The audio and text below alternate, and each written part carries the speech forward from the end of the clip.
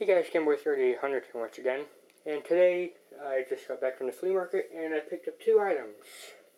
An Alienware and an old Toshiba.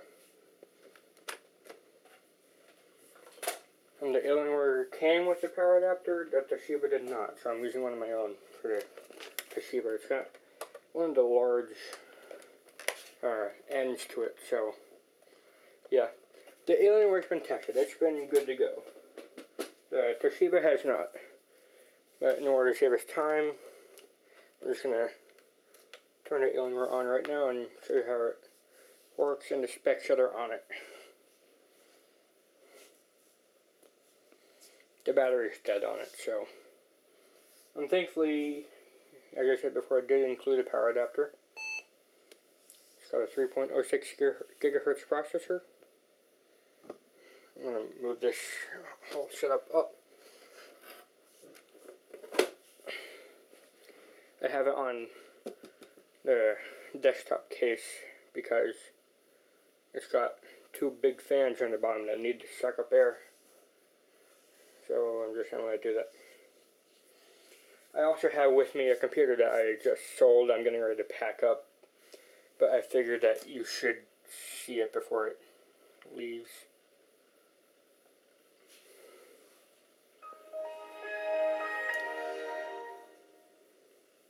So Windows XP Pro Service Pack 3. Seems like all drivers are installed. It's got a 1920 by 1280 aspect ratio, 1 GB of RAM, and a 3.06 gigahertz processor. You probably can't see any of this, so that's what I'm telling you.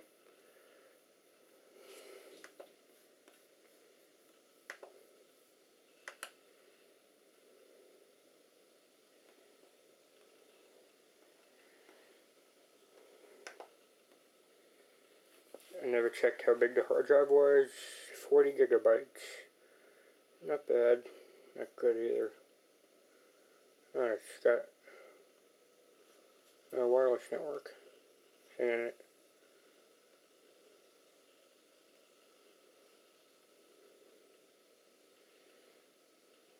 That's good.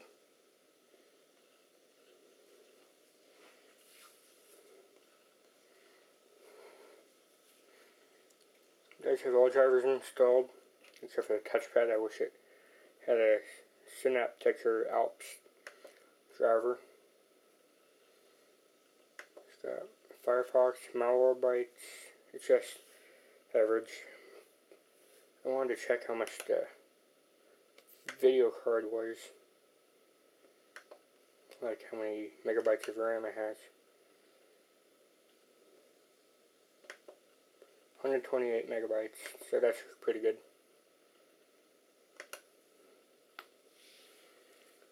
I do feel like I got a very good deal on this. I saw one of these before for $79 plus like $30 shipping. So I got this for $80 with the power adapter. Everything installed. So that's good and all. I'll shut this down and show you the Toshiba. It only has a fan on the back, so that's all you'll really be needing to see.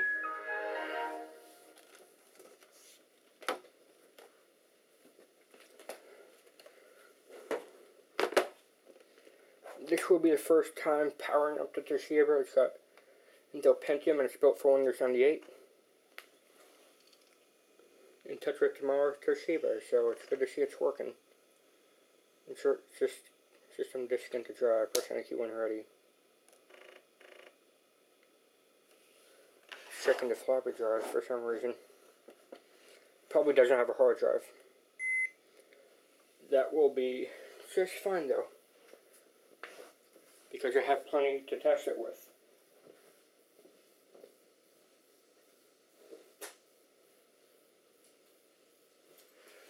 I'm just getting my trusty old screwdriver to look and see if there's a hard drive.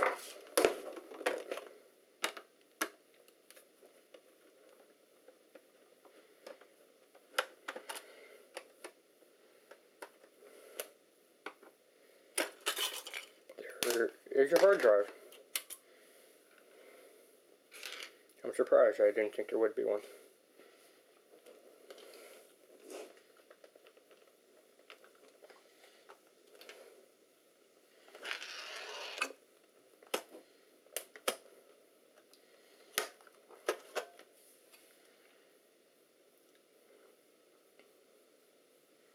It's a 4 GB hard drive.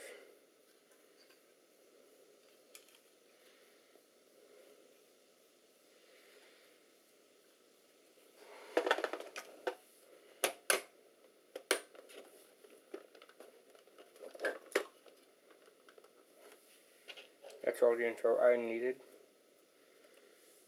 Don't know where this goes. I'm sure you can see a thing I was talking about. It's all my fault. Sue me. And I'll say you didn't need to. And countersue.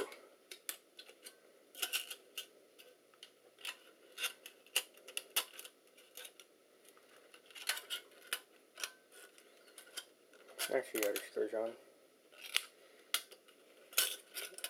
No, I don't. I'm lying.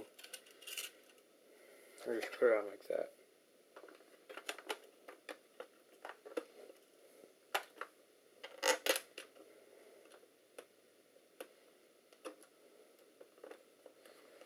So either it's set to boot from the floppy, or the hard drive is either bad or no operating system, which would suck. Let's see if the battery has any power. It's been charging for 10 minutes. Let's see if it at least attempts to boot. Yeah, the battery holds a charge. Plug it right back in. See if I can't get this. Oh, CD drive. That's nice.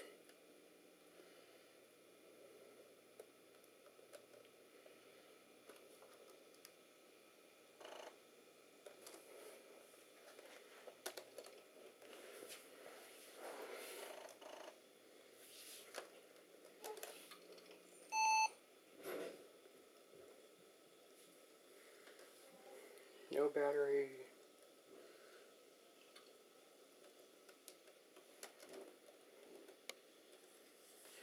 Yeah, it's set to boot from the floppy drive first.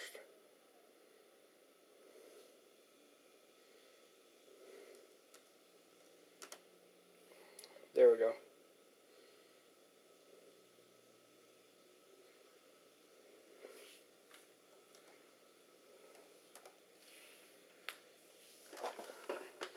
Okay, now let's try it.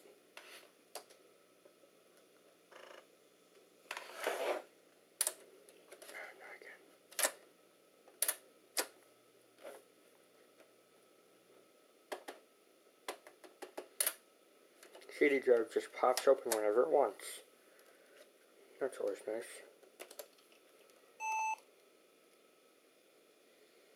Set to boot from the hard drive, then the CD-ROM, then the floppy diskette drive.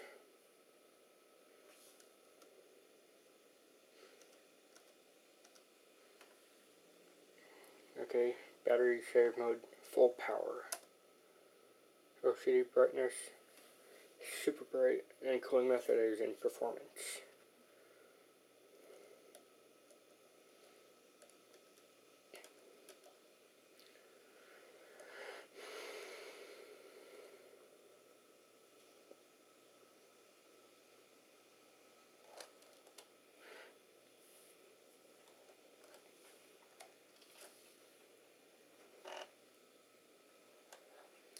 Let me try taking the hard disk back out and putting it back in. Hopefully there's an OS on it so we can test it out all the way.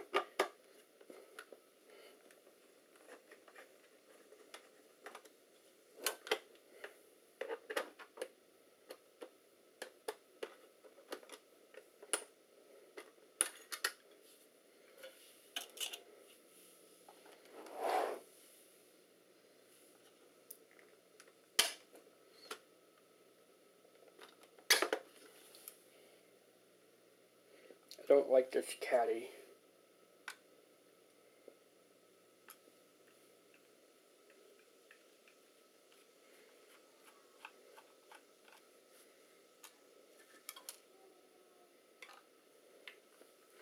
Right now I'm just taking out the hard drive caddy so that I could just put the hard drive in and test it like that. I'm gonna find some sort of bumper so I won't just bend the pins.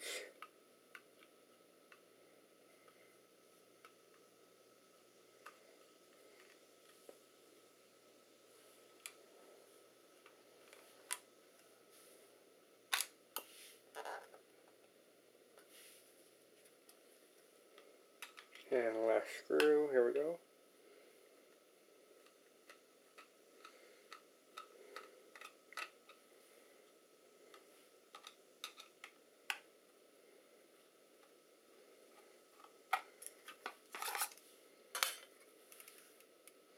Hard drive doesn't sound 100% healthy. That shouldn't really be a problem though.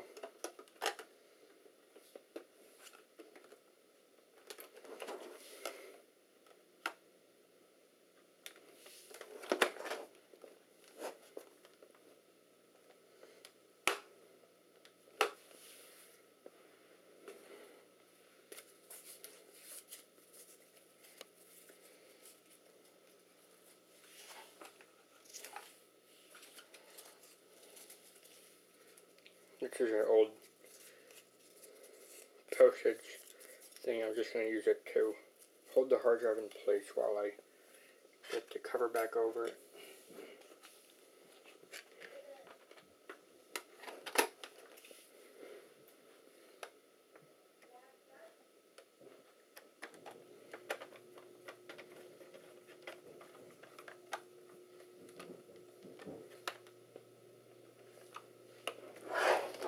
Alright, last attempt to boot into the OS.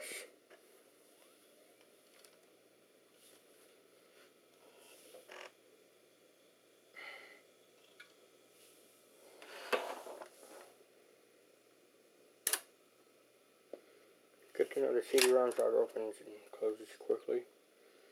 There's no PCMCIA slots. It does have a USB port on the back. Well, that was redundant. Power off. Well, boots up, that's good to know. And finally, the one computer I wanted to compare the Alienware with before I sell it.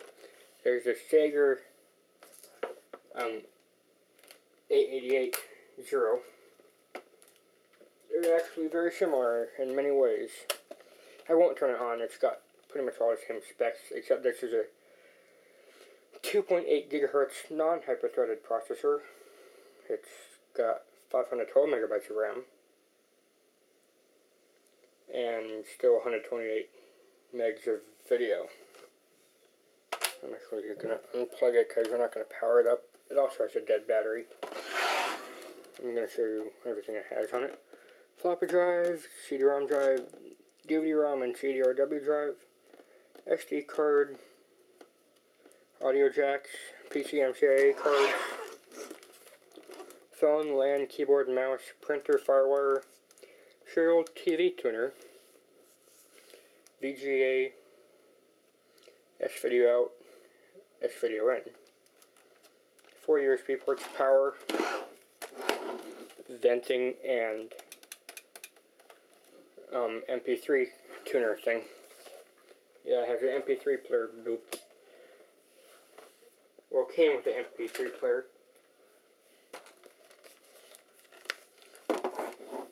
Venting in one PCMCIA card slot. It's got the same kind of, oh, that's hot battery. Got the same kind of thing down here where you can turn on the CD drives even when the machine's off. Speaking of CD drives, you have a DVD-ROM here, and a DVD-ROM and CD-RW drive here. On the back is where you have everything, pretty much.